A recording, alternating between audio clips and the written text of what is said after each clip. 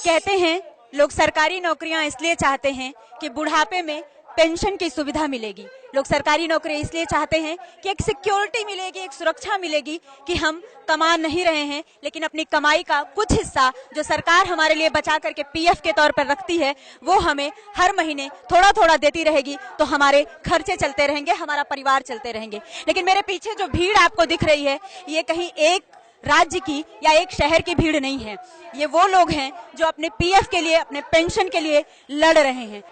Madam, बात तो ये है कि ईपीएस 95 का जो मुद्दा है वो पूरे ऑल ओवर इंडिया में सबको सरीका है। 54 लाख हमारे वाइस प्रेसिडेंट ने बताया, 54 लाख पेंशनर है और 16 करोड़ लोग इसके सदस्य है। 16 करोड़ का मतलब होता है उनकी बीबी पकड़े तो 48 करोड़ और बच्चा पकड़ा तो 48 करोड़ होता है, ये सब बीबी बच्चे पकड़ के। तो इन सब लोगों को 1000 रुपये इन्होंने मिनिमम पेंशन दिया। 1000 रुपये का मतलब होता है 16 रुपये 50 पैसे पर हेड, क्योंकि 33 रुपये पर हेड तो मिलता है पेंशनर को, उसमें उसकी बीबी भी जीती है तो 16 रुपये 50 पैसे पर हेड आता है। इस देश में जो कैदी है मैडम, जो जेल के अंदर रहते हैं, जिन्होंने चोरी की, देश को लूटा, लोगों को लूटा, उन लोगों के ऊपर यही सरकार पर डे 88 रुपये खर्चा करती है। और जिन लोगों ने देश को महासत्ता बनाया, जिन लोगों ने 24 घंटा काम किया, उनके लिए सिर्फ 16.5 रुपए।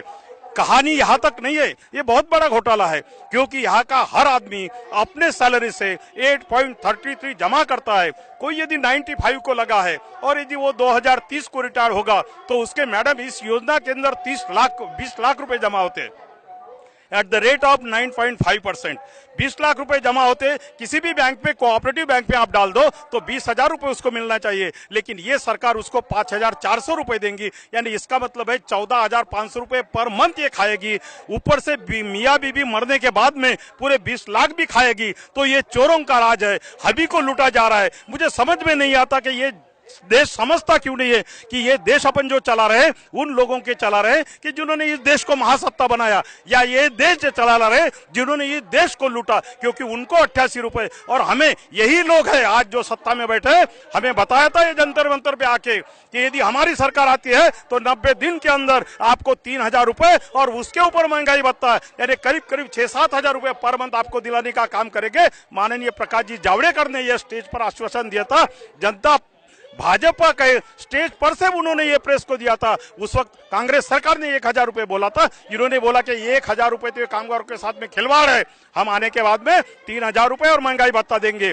आज हमारी डिमांड है कि 7,500 रुपए महंगाई भत्ता मिलना चाहिए, क्योंकि हमारा 20,000 रुपए जमता है मैडम इसकी मंथली इनके पास। इन्होंने कम से कम हमको 10-15 हजार देना चाहिए, लेकिन किसी को भी बोलते हैं कि इनका कोई पैसा नहीं हमारे पास में। अरे भैया, हमारे पैसा नहीं तो हमारा मंथली कटता है। रिकवरी विदाउट यानी डिस्टर्बेंस हो जाती है, क्योंकि जैसे ही हमारी सैलरी कटती है हमारा 8.33, यदि किसी का पगार 15,000 रुपए है तो उसका 1,250 रुपीज इनके खाते में ऑटोमेटिक चला जाता है। ऐसे यदि ये पूरे 16-17 हजार करोड़ का चला जाए तो महीने का 12,000 करोड़ और साल का 1.5 लाख करोड़ रुपए इनके खजाने में जाता है। ये 1.5 लाख करोड़ का करते क्या है? जब हमें बोलते हैं कि तुमको देने के लिए पैसा नहीं, तो मैं ये सरकार से पूछना चाहता हूं कि क्या कर रहे हैं आप? 1.5 लाख करोड़ सालाना जो आते हैं और पुराना हमारा 3 लाख करोड़ इनके पास में है। हमारा पैसा गरीबों के लिए घर योजना, स्वच्छता योजना, इसके लिए यूटिलाइज करने के लिए नहीं है। हमारा पैसा हम लोगों के लिए चाहिए, क्योंकि 16.5 रुपए में ना तो हमारी दवा होती है, ये ऑल आर सीनियर सिटीजन, क्योंकि इनको दवा का खर्चा खाने के खर्चे से ज्यादा लगता है। मैडम, कम से कम नरेंद्र भाई मोदी को अभी तक किसी ने बताया नहीं। हम चाहते हैं कि हमारे कोऑर्डिनेशन कमेटी के प्रेसिडेंट, वर्किंग प्रेसिडेंट, जो भी सीनियर है, उनको 4-5 जने को ये यदि आधा घंटा भी समय दे दिया जाए तो मैं चाहता हूं कि नरेंद्र मोदी जी को आज तक किसी ने बताया नहीं होगा वो लूपहोल्स इसके अंदर है। ये सबसे बड़ा घोटाला है, कोलगेट से भी बड़ा घोटाला है, क्योंकि लोगों के पैसे इनके पास में आते हैं और ये पैसा कहीं दूसरी जगह इन्वेस्ट करते हैं, लेकिन जिनका हक है उनको देते नहीं है। करके हमारी डिमांड यह है कि 7,500 रुपए पेंशन और उसके ऊपर महंगाई भत्ता मिलना चाहिए, और इसके लिए कायदे में दुरुस्ती करना पड़ेगा। जब तक ईपीएस 95 के कायदे में दुरुस्ती नहीं होती ये दे नहीं सकते, और जब तक कायदे में दुरुस्ती नहीं होती, लोकसभा के अंदर ये चर्चा के लिए नहीं आता, कोश्यारी कमेटी के ऊपर मंथन नहीं होता, तब तक हमें कोश्यारी कमेटी के हिसाब से 3,000 रुपए और महंगाई भत्ता ये इंटरिम रिलीफ करके दिया जाए, क्योंकि ये 54 लाख लोग आ जाए, ये देश का सबसे बड़ा संगठन होने वाला है मैडम। 16 करोड़ लोग जिसके सदस्य है, इन लोगों को जिस दिन मालूम हो जाएगा कि अपने पैसे ये लोग दबा रहे, 2015 को यदि कोई लगा होगा, 2050 को रिटायर्ड होगा तो उसके 44 लाख रुपए जमा होते, लेकिन उसको पेंशन इनके कायदे के हिसाब से 7,500 मिलेंगी, जबकि ये पेंशन उनको 44,000 रुपए मिलना चाहिए। तो ये सारा है, इसमें आप लोग भी है, जिनके जिनके देश भर में 12% पीएफ कटता है वो सारे लोग इसमें हैं। वो 16 करोड़ इस साल है, अगले साल 18 करोड़ हो जाएंगे। ये करोड़ों की गिनती है। ये गंगा ऐसी है कि जिसके अंदर ये सारा गंगा की तरह पैसा आ जाएगा। पौड़े से खींचने वाली बात है, ये सारा पैसा खींच रहे, लेकिन इन बेचारों को सिर्फ 16.5 रुपए की बात करते हैं।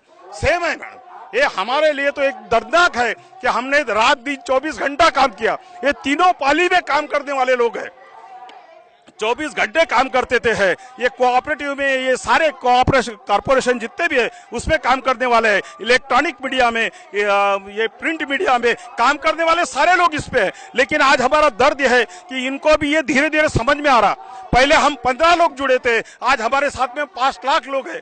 ये ट्रेनें 8-8, 10-10 घंटे लेट होने की वजह से कल हम आपका प्रदर्शन, हमारा प्रदर्शन जो है वो शायद पोर लगे, लेकिन पूरे देश में अंगार लग चुकी है। 17 राज्य अभी तक हमने हमारे कब्जे में ले लिए है, अभी 13 राज्य बाकी है, वो भी कर लेंगे। और ये एक दिन इस सरकार को बता देंगे कि 17 करोड़ नहीं है, ये पूरे 51 करोड़ होते बीबी और एक बच्चा पकड़ के। तो आप तो 17.68 करोड़ के भरोसे इस देश की गद्दी पर बैठे हो। जब 51 करोड़ लोग एक जगह आ जाएंगे तो कोई आपका वाली नहीं होगा, सारा राज्य हमारा होगा। नहीं तो हमारे तरफ आप ध्यान देंगे, हम आपके तरफ ध्यान देंगे। आपने हमारे तरफ ध्यान नहीं देंगे तो हम भी आपके तरफ ध्यान नहीं देंगे मैडम।